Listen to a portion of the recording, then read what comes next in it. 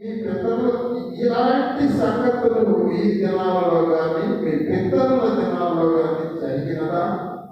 ఏంటయ్యా సంగతి అంటే, ఆ గొంగళి గుంటులు పిలిచిన దానిని మిడతలు తినేసినాయి, మిడతలు విడిచిన దానిని ఆ పసర పురుగులు తినివేసి ఉన్నవి, పసర పురుగులు విడిచిన దానిని చీడ పురుగులు తినివేసి ఉన్నవి.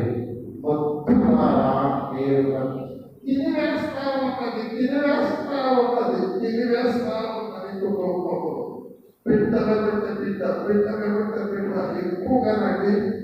ఒక్క బిడ్డ ఉన్న బిడ్డ చచ్చిపోతున్నారండి. ఎక్కువగా ఒక్క పిల్లవాడు ఉన్న ఒక్క అమ్మాయి ఉన్న బిడ్డ చచ్చిపోతా ఉన్నారు. కుటుంబాలు తెల్లంతైపోతా ఉన్నాయి. ఈరోజు నేను వార్త ఏంటంటే, అడుగు పాలకు ఇజ్రాయేలీలు వేయడానికి సిద్ధంగా ఉన్నారంట ఇరాక్ మీద.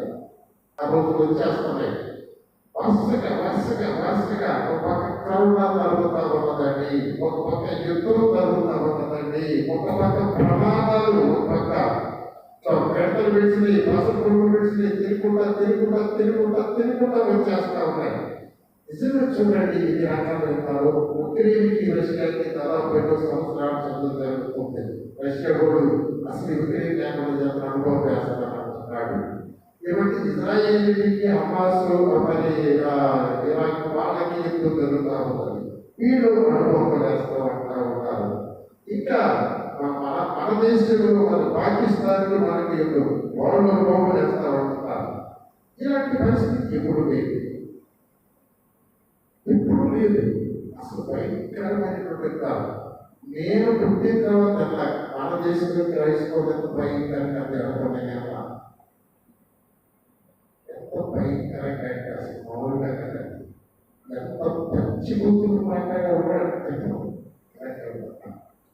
ఈ సెలవు చూస్తుంటే అసలు ఆడవాళ్ళు సిక్కేసి దొరుకుతున్నారన్న 10 సంవత్సరాలలో 1 ద్రాక్ష చెట్లు పడిపోయాయి, అంజూరపు చెట్లు చూడండి, దానిమ్మ చెట్లు, ఈత చెట్లు, జంగల తోట వాడిపోయాను. చూడండి, ద్రాక్ష చెట్టు దేవుడు ఇస్తున్నాడు. ఇక్కడ కొన్ని మాటలు చెప్తాడు. ద్రాక్ష తోట ప్రభు అన్నాడు, నేను నిజమైన ద్రాక్ష బల్లి అన్నాడు.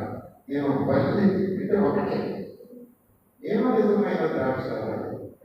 యెషయా 5వ అధ్యాయంలో రాయబడి ఉన్నది, నా ప్రియుడికి ఒక ద్రాక్ష తోట కలదు అక్కడ.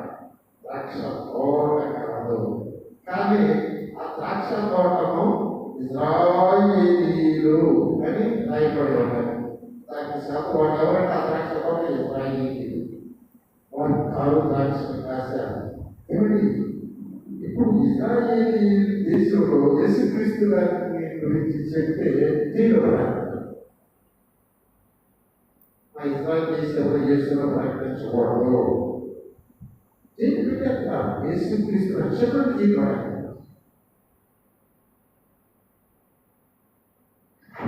దేవుడు ఆలోచించారు. కొంచెం మంచిగా ప్రైవేట్ పథకాలు అలాంటి వాళ్ళు చెప్పారు. వాళ్ళు కోరుకుని వాళ్ళు జీవిస్తున్నారు. ఇలాంటి వాళ్ళు పెడితే వాళ్ళు చెప్పారు.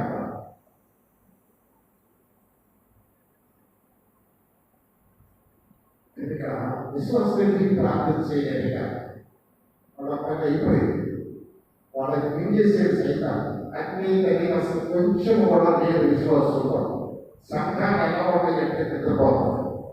చాలా భయంకరం. యవ్వనస్తులు ఎలా ఉన్నారంటే కూడా అతి ఘోరంగా ఉన్నారంటే మనస్తులు ఎప్పుడు లేని ఘోరంగా ఉన్నారంటే నాకు యవ్వనస్తులు. ఏ యవ్వనస్తులైనా కదిలించు. నీతి లేదు, పరిశుభ్రత లేదు, పెద్దల ప్రేమ లేదు. వారి చాటు చేయలేదు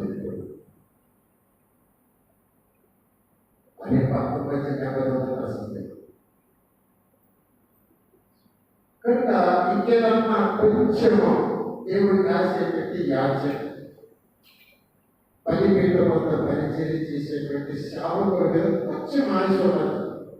అక్కడ పెట్టుకుని బాబు ఏదన్నా నా భారం ఉంటే నా కుమారుడు వచ్చి రక్తం కాల్చాడు, శిలువకి ఎక్కాడు, పాపాలన్నీ పరిగణించాడు, వచ్చి పడితే ఆయన మీకు రక్షణ చేస్తాడు కనుక మీరన్నా ఏడవండి అంటున్నాడు ఆయన. అలా ఇప్పుడు చదువుతాను 11వ వచనం. యాజకులారా గోరి పట్ట కట్టుకొని అంగలార్చండి, ఎందుకంటే వాళ్ళు భక్తులైపోయిన విశ్వాసులు. ఒక పక్క నుంచి నాశనం వస్తా ఉన్నది, ఒక పక్క నుంచి ఒత్తిడి వస్తా ఉన్నది, ఒక పక్క నుంచి కుటుంబాల్లో శోధన వస్తా ఉన్నాయి భయంకరంగా. శరీరంలో శిరస్సు మొదలుకొని ప్రాణం వరకు అన్ని రోగాలే, అసలు నెమ్మది లేదు. కానీ భక్తులు భక్తులు భక్తులు బ్రతుకుతున్నారు. మా చదువు భక్తులు స్వప్నం కలిగించిన భక్తులు కనుక మీరన్నా ఏడవండి, అంగరార్చండి, రోదన చేయండి. బాబు ఎంత మధ్య 147 కోట్ల జనాంగ వెళ్ళి ఆ అగ్నిగుండములు, ఆ వేదనకర పరిశ్రమలతో తర్వాత పక్కన కూర్చొని బాబు ఎన్నాంశలు వెళ్తున్నాను ఆయన వాటిని పట్టుకొని నీళ్ళు కూడా వెళ్తారు.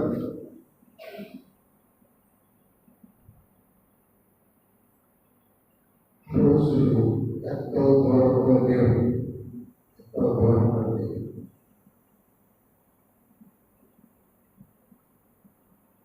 చచ్చిపోయిన ఎక్కడికి లేరనుకుంటారు, బాగా చేయలేరనుకుంటారా? కొంచెం మనసు పెట్టి దేవుడి మనస్సు కలిగి చెవు పెట్టి వింటే వాళ్ళ భాష నిలబడింది.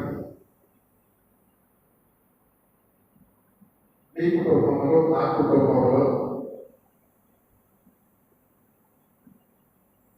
మన సంఘంలో, సమాజంలో అన్యులు కానీ క్రైస్తవులు కానీ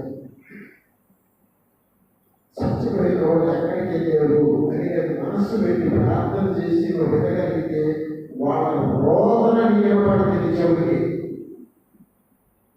ఆ రోదన వినాలంటే కొంచెమన్నా మీరు ఆత్మీయ ఉండాలి, కొంచెమన్నా దేవుని కలిగి ఉండాలి, కొంచెమన్నా దైవ జ్ఞానం ఉండాలి. కనుక వాళ్ళు ఎదురు ప్రార్థన చేయండి. యాజకులారా మీరన్నా అంగలార్చండి, గోరి పట్ట కట్టుకోరండి, రోదన చేయండి.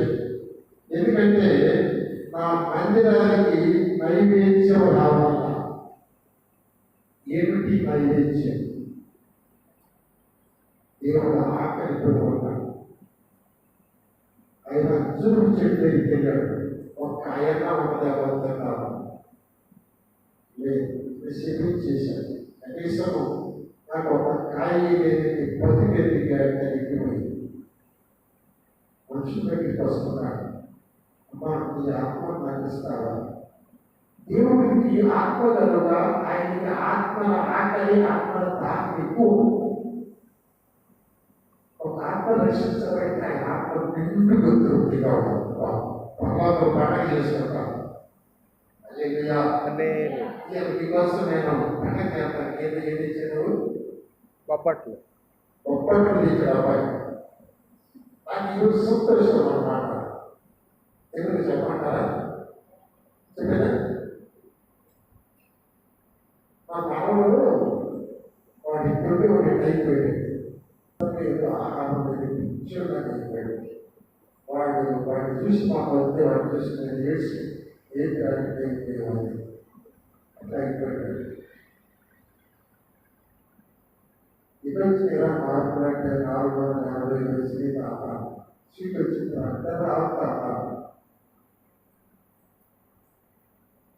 రాత్రికి సభలో మొదలు పెట్టాడు. నేను ఫోన్ చేస్తే వాళ్ళ అబ్బాయికి ఇచ్చి చదువుతాం, మాతో మాట్లాడు, నేను మాట్లాడటానికి ఇప్పుడు కూడా పొద్దున్న మధ్యాహ్నం ఫోన్ చేసి నాకు